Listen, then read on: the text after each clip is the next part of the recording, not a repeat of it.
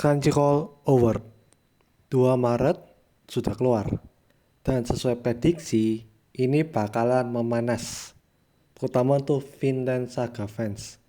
Banyak orang menganggap ini trash. Ini cuma masalah popularitas. Ini settingan. Sebenarnya kalau Crunchyroll sendiri gua nggak kaget karena ya Tonosumnya sudah sering kejadian. Makanya gak jarang kalau kalian mendengar Crunchyroll itu sistem awardnya yang paling parah. Tapi kenapa Crunchyroll ini sering kau blow up sama media? Ya simpel, karena Crunchyroll itu yang paling besar dan sekaligus dia tuh kan buat tempat untuk nonton.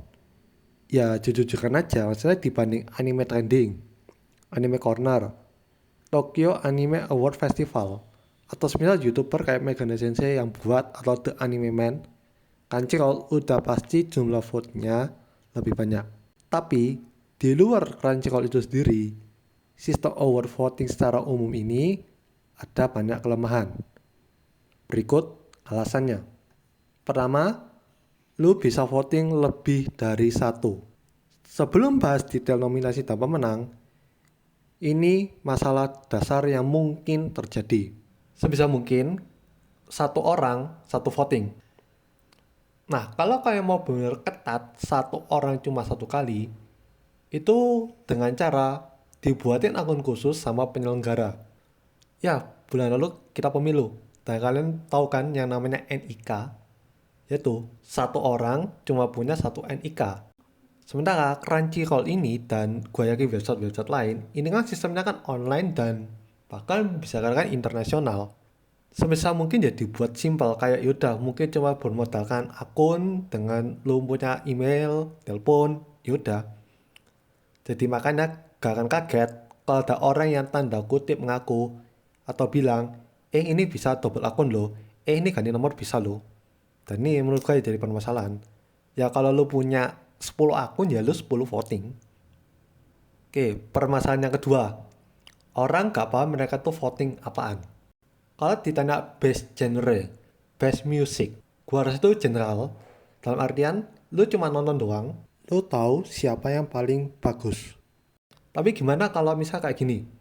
Art director, opening sequence, sinematografi. Kan pasti bingung kan? Lah ini apaan anjir? Kalian searching di Google terus kalian ketik tatarak. Apaan nih? Lu lihat video masih nggak paham. Alhasil, lu biasa sih ngawur. Di Crunchyroll nih ada satu yang menurut gua agak aneh. Best score. Ya kan pasti mikir skor. Skor itu kan skor angka rating. Oh, best anime. Tuh, tapi ada anime of the year, apaan dong? Ternyata di website sendiri dijelasin best score itu original music compose atau lagu yang bisa jadi background dan itu original punya lu. Padahal gimana caranya gua tahu? Ya lu harus ke link yang disediakan oleh Crunchyroll dan lu baca manual. Ya tapi kita tahu sendiri netizen, maksudnya gini netizen secara luas ya, maksudnya gak cuma di Indonesia, secara internasional, pasti jarang yang baca secara lengkap. Pasti gak ngecekin kayak, oh ini linknya cancel gua cengek, dari atas sampai bawah, linknya gua cekin satu-satu, gua baca, nggak bakal. Karena cuma tahu, ini ada voting, oh voting, gua klik linknya, oke gua isi, tag, selesai, udah. Jadi gua gak kaget, kalau ada beberapa kalian mungkin pas milih suatu nominasi, itu gak pas. Ketiga, kita bahas masalah siapa yang masuk nominasinya. Jadi biasanya nominasi itu kan ada kayak sisa berapa lah. Anggap aja top 5, top 10, top 20 atau berapapun lah. Gimana caranya mereka itu jadi sisa top ini loh. Gimana cara mereka itu memfilternya. Kalau di Crunchyroll itu jelasin. Jadi mereka tuh ada juri. Mereka tuh masing-masing pilih 5. Misal gua milih misalnya ya, JJK, AOT, Vinland Saga, Oshinoko, Bojito Rock.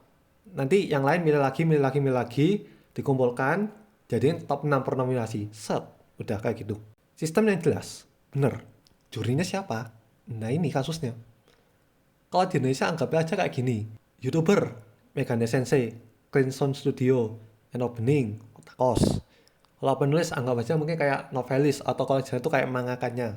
Raditya Dika, Terelie, oke, fine. Atau editornya gitu, bisa dari Gramedia dan semacamnya gitu. Kalau di Jepangnya mereka yang nyeleksi manga itu lolos apa enggak, jadi shonen atau jadi seinen. Lu perlu nambahin cerita ini. Kartu yang ini jangan matiin dulu. Oh ini kartu gak terlalu penting. Lu gak lolos. Atau mereka animator papan atas. Kalau kalian jelasin itu siapa, ya menurut gua gak ada orang yang mempersalahkan dong. Kalau cuma bilang, oh ini diseleksi sama juri, tapi jurinya entah siapa, ya gak heran kalau dibilang kayak, ah ini mah settingan. Nah sistem jelas itu gimana? Seinget gua ini sistem anime trending ya.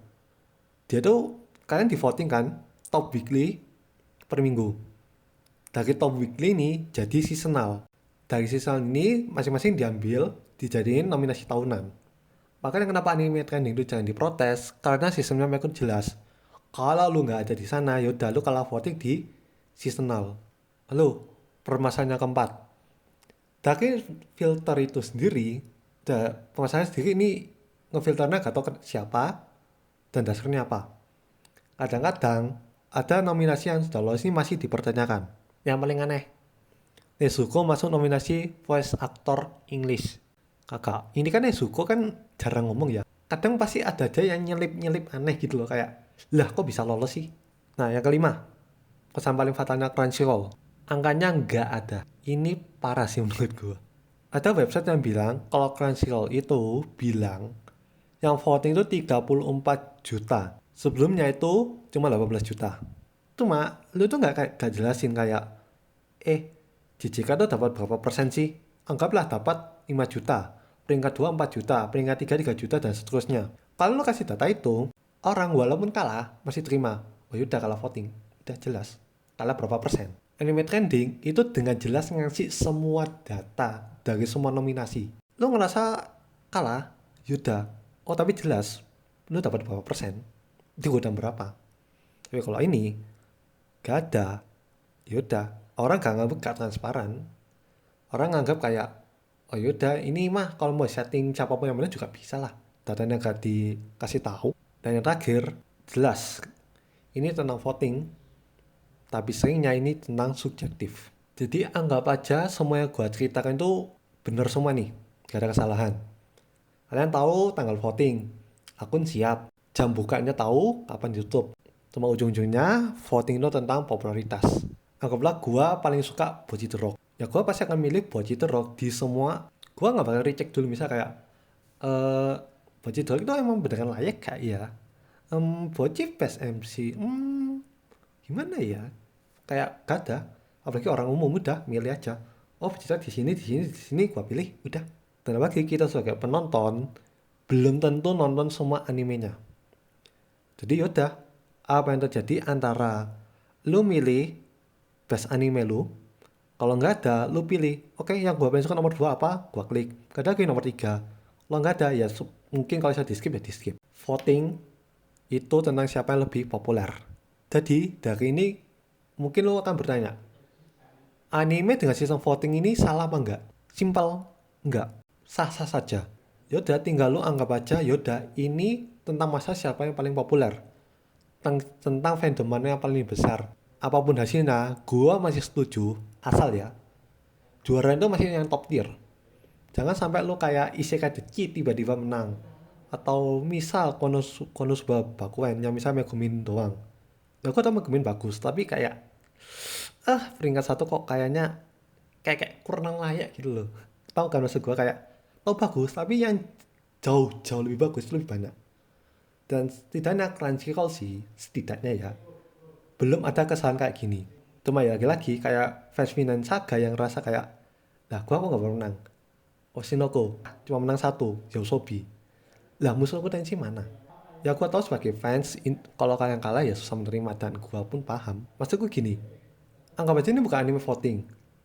Lu mau kasih seluruh expert, bener-bener expert yang kasih voting, anggaplah semua youtuber di dunia yang channelnya misal subscribernya 100k, misal minimal 100k, oke? Semua dikumpulkan, kasih voting. Gua tetap gak yakin orang yang misalnya kalah langsung setuju. Oh ini bener. Cuma minimal mereka tuh lebih berdebat secara sehat. Lebih kayak mungkin ada benarnya gitu. Jadi itu pendapat gua. Jadi ya kalah suka ya kita harus legowo aja, terima aja gitu. Yaudah kalian kalah populer ya what can you do brother, maksudnya ya yaudahlah ya. Kayak lagian dengan itu gak jadi paling best di suatu award, nggak ngebuat pandangan orang, oh ini jadi anime jelek. Oke, jadi itu pendapat gua tentang award dengan sistem voting, terutama Crunchyroll yang lagi rame. Gimana menurut kalian? Apakah kalian masih ingin terlibat dengan award beginian?